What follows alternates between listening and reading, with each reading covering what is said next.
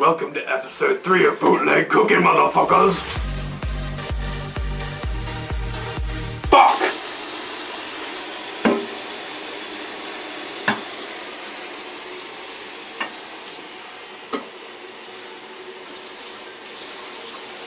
Welcome to Bootleg Cooking, motherfuckers! Hey! Today we're gonna make steak sandwiches. So today we have fine Italian bread. See that? It's on sale.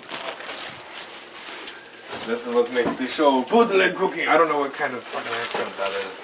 But we got some ribeye steaks, which are great on sandwiches because it's a steak that just falls apart in your mouth. Unless, I mean, it can be a fucking mess, honestly. But you know, it's real fucking good, especially if you cook it right, which we're going to today. We're going to have to bake this in the oven to make it nice and hard so that it can hold up the steak sandwich. Otherwise, we'll just have a big fucking mistake. This is the hardest part, honestly, because you have to be careful not to cut too far, but to also cut far enough, and keep the depth of the bread correct. So you always want your top bun to be a little thinner, because it's the bottom bun that's going to have to hold all the weight and juices of the steak. I'm going to bake it at about 350. I think that'll do it. So for this little sandwich, I'm going for a kind of a blend between Italian and Asian. We're going to go for a little bit, just a little spicy, but not too spicy. We're using some Asian seasoning here. Got some ginger root in there. We got some garlic. It's going to be nice. When you make good steak, you want to take a paper towel, fold that bitch, and get some of that moisture. Just get some of that moisture out. Tenderize the meat. Make it nice and dry. This is going to make the seasoning work a little better. I'm going to put some crushed red pepper on there, because crushed red pepper makes everything. I was gonna have a pun for that, but I was gonna say Beppa, but I stopped myself. You're welcome. I'm gonna put a little Italian on there because I like Italian. The nice thing about seasonings is as long as you're careful, you can't put too much on, because a lot of it's gonna come off during the cooking, and if you do your butter right, you can get the butter to pull it right off. Like most of these videos, I have not thought this through to any degree. I just bought shit. I'm going to throw it together. So don't expect anything too glorious here.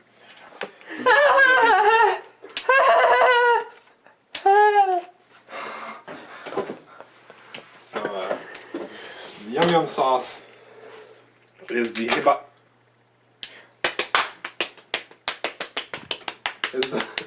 hibachi equivalent of barbecue sauce. It's good, as the name suggests. Yum yum. We're gonna make a sauce out of this. Out of this today, and we're gonna make it. It's not very spicy. It's kind of smells like Catalina dressing, actually. Don't challenge me.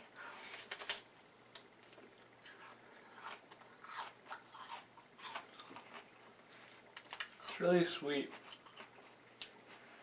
That wasn't anything like what I was expecting it to taste like. Actually, this is going to be really good on this sandwich. I'm going to keep eating it. Sesame oil. It's good as fuck in small doses. Sesame oil. Let's take a whiff of that. It kind of smells like peanut butter. Really strong peanut butter. It's real good. But it's really easy to overpower everything in whatever you make it with. So especially a small thing like this just needs a little dab.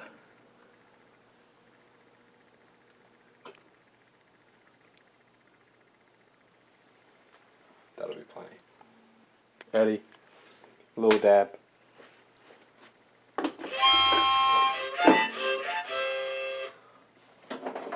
That's all I needed. Here you go. Doom doom doom doom doom doom doom doom doom doom doom doom. Hey. Here's a drop. Stir that up until the mayo breaks, and it's just one united creamy sauce. We're gonna turn on our fan here. Let's see. We need to bake this bread. We want to have it nice and toasty. Oh yeah. Oh. Sweet God. Yeah, that's gonna be fine. I'm gonna stick that in there for about 2, 3, 4, maybe 20 minutes. If you cook steak on a stovetop, it can be annoying. But what you gotta do is you gotta keep the heat to where it cooks the steak but doesn't burn the outside of the steak. If you like eating steak rare, medium rare, cook it on the stove. It's easy because it cooks on the outside real fast and it tastes real good. However, if you like well done steak, you're gonna have to stick with the oven. And also, you should probably just die. Available. Alright. Ooh. That butter is sensitive. That's a ribeye right there. It didn't get much of a sear. That's because I like to cook mine thoroughly on the outside, get all that flavor in, and then turn up the heat. Because that gets the outside kind of cooked, and it gets the inside a little closer. What I'm trying to do here is I'm trying to not have to put them in the oven, because this oven fucks shit up real quick. So I'm trying to get them mostly cooked to the point where we can just plop them right off the pan onto the bread, and it'll be real nice. Be real nice.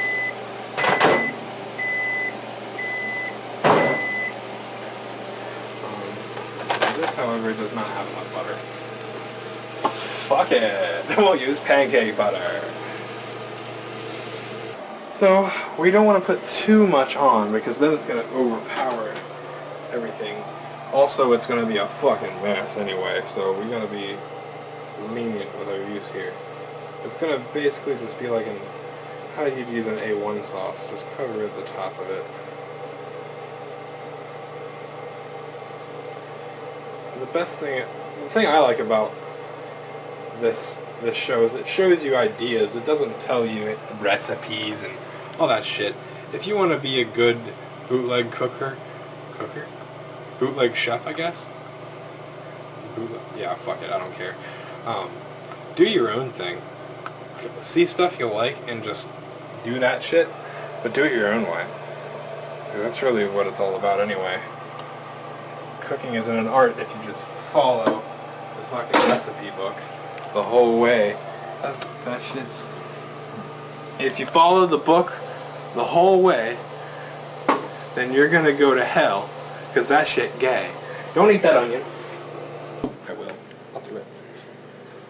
So, this is gonna be fucking good. The number one enemy of the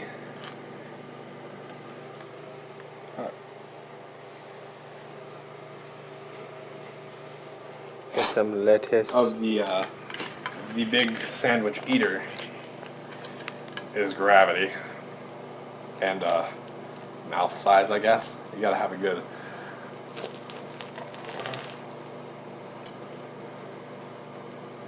Oh fuck.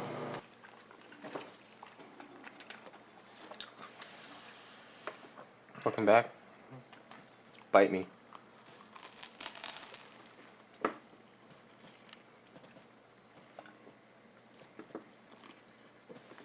My feet hurt. My back actually is in horrible pain right now. Maybe you guys should move to the couch. I think we already got the eating portion. Good idea. Next time on cooking. Hey buddy, what?